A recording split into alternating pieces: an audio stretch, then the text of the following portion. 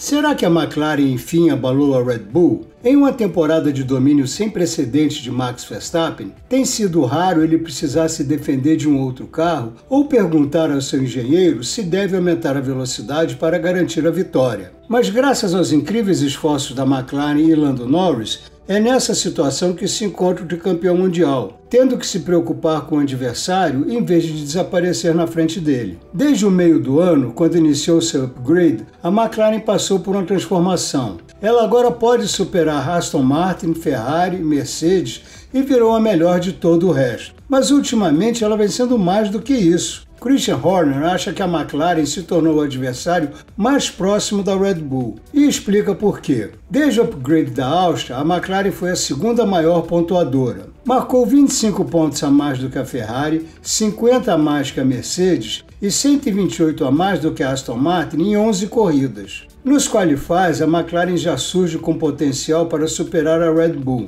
Oscar Piastri e Lando Norris fizeram, cada um, uma pole position em sprint races. E Norris foi quase 1,5 décimo mais rápido do que Verstappen no Q2 do Qualify de sexta-feira do GP do Brasil, antes da tempestade cair e embaralhar o Q3. Mas superar a Red Bull nos qualifies não representa o verdadeiro potencial de uma equipe. A Ferrari fez algumas poles nesse ano e andou para trás nas corridas. Até a Mercedes de Lewis Hamilton esteve uma vez na pole, e mais uma vez ele nem chegou perto de Verstappen na corrida. Apesar desse domínio, o ritmo do RB19 nos qualifies tem sido invariavelmente pior do que nas corridas. A Red Bull escolheu configurar esse carro e também seu antecessor para as corridas, na certeza de que o efeito solo facilitaria as ultrapassagens e diminuiria a importância da posição de largada. Em Interlagos, houve 4 turnos distintos de corrida em que os principais pilotos da Red Bull e da McLaren duelaram roda a roda, sempre com pneus nas mesmas condições. Foram 92 voltas no total, e na média a McLaren perdeu apenas 1 décimo por volta. Nesse vídeo vamos falar de onde a McLaren pode tirar esse décimo e pouco que falta e do que mais ela precisa para ser a equipe que vai realmente bater a Red Bull. O que mais encoraja a McLaren quando se compara a Ferrari, Mercedes e McLaren é que ela tem trazido upgrades para seu carro constantemente e eles sempre funcionam bem. Isso mostra que agora ela entende melhor suas forças e fraquezas do que antes. Os upgrades incorporados gradativamente desde a metade do ano melhoraram muito o tempo de volta, e o maior deles, que estreou em Singapura, reduziu bem o desgaste de pneus. Os McLaren sempre foram super rápidos nos trechos velozes, porém Norris admite que ainda não estão bons nas curvas lentas. Mas isso não ficou evidente em Interlagos. Eles estavam bons em toda a pista e pareciam capazes de se igualar ou até superar os Red Bull. Norris foi veloz o suficiente para ameaçar Verstappen tanto na sprint race quanto na corrida, fazendo o tricampeão imaginar a melhor maneira de usar seus pneus e a potência elétrica do motor Honda. No final, Max ainda tinha com reserva para se manter a salvo da McLaren. Norris acha que o motor Mercedes de seu McLaren é tão bom quanto o Honda da Red Bull, o que coloca a diferença de ritmo na conta do chassi e do piloto. Mesmo que andar atrás de outro carro sacrifique mais os pneus do que andar no ar limpo, o chefe da McLaren, Andrea Stella, acha que na forma atual, seus carros não têm como superar os Red Bull, nem mesmo tomando a sua frente. Ele acha o RB19 mais eficiente na maneira com que limita a perda de aderência em um stint, e diz que é uma particularidade do projeto da McLaren que impede a equipe de reduzir essa diferença. Stella não quis falar muito quando lhe perguntaram se a vantagem no desgaste de pneus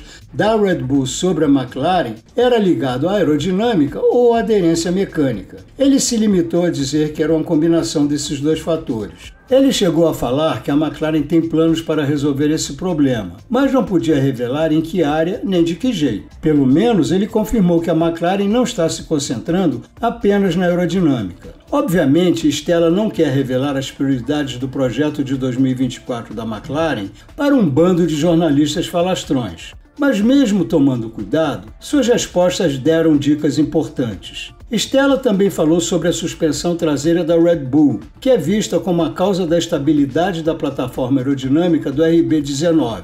Ela produz mais downforce, com mais consistência do que os outros carros, e por isso a Red Bull pode usar asas menores e ganhar mais velocidade nas retas. Ao analisar a importância do desenvolvimento da parte mecânica, que é a base da vantagem da Red Bull, Stella avalia a suspensão como muito importante, porque ela possibilita a evolução aerodinâmica e exerce papel fundamental no uso dos pneus. Não é fácil desenvolver a suspensão, principalmente durante a temporada. Ela precisa estar inteiramente determinada antes dos planos de desenvolvimento do carro serem definidos. Stella diz que os componentes aerodinâmicos são muito mais suscetíveis a desenvolvimentos do que as suspensões. E por isso, é natural que os times trabalhem no que é mais fácil de desenvolver, como as peças de carenagem. Mas acertar o layout da suspensão é crucial para liberar o potencial de desenvolvimento aerodinâmico, que também vai beneficiar a vida útil dos pneus, já que quanto melhor a plataforma mecânica e mais estável a plataforma aerodinâmica, menos prováveis serão as derrapagens e o superaquecimento dos pneus. Parece fácil, mas não é. Nem um pouco. A Ferrari tinha plataformas mecânica e aerodinâmica relativamente fortes em 2022, mas a tentativa de reduzir o arrasto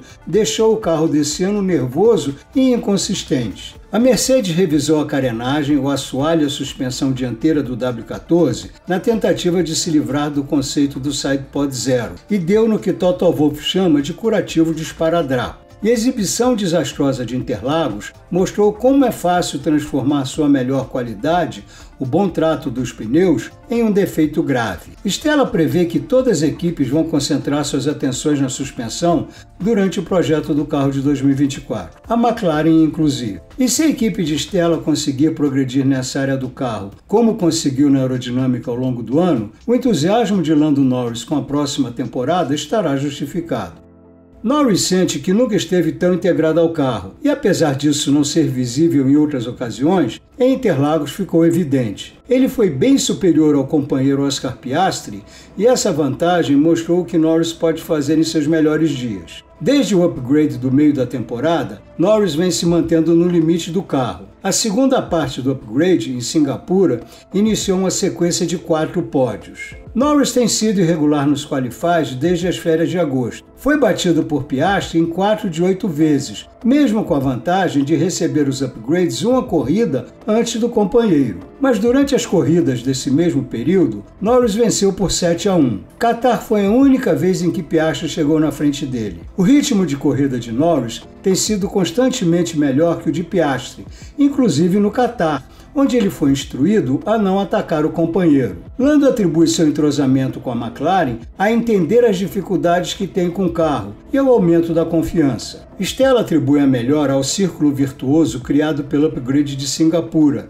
que melhorou o modo do MCL60 tratar os pneus. Como agora o carro cuida bem dos pneus, Norris pode se beneficiar desse melhoramento. Norris tem se queixado frequentemente de como é difícil dirigir o McLaren e que gostaria de adotar o estilo U para entrar nas curvas com mais velocidade, mas as limitações do carro o forçam a guiar no estilo V. Stella acha que os upgrades desse ano, particularmente depois de Singapura, permitiram que Norris guie um pouco mais no jeito que ele quer, e isso lhe dá a vantagem de forçar menos os pneus. Norris tem se criticado recentemente pelo que ele chama de erros bobos e que lhe custaram melhores posições no grid. Stella acha que esse é um aspecto em que Lando pode melhorar simplesmente deixando de forçar demais nas primeiras etapas do Qualify, quando se é necessário avançar para a próxima fase e não andar no limite absoluto do carro. Norris mostrou em Interlagos, onde ele largou uma vez à frente de Verstappen e logo atrás na outra,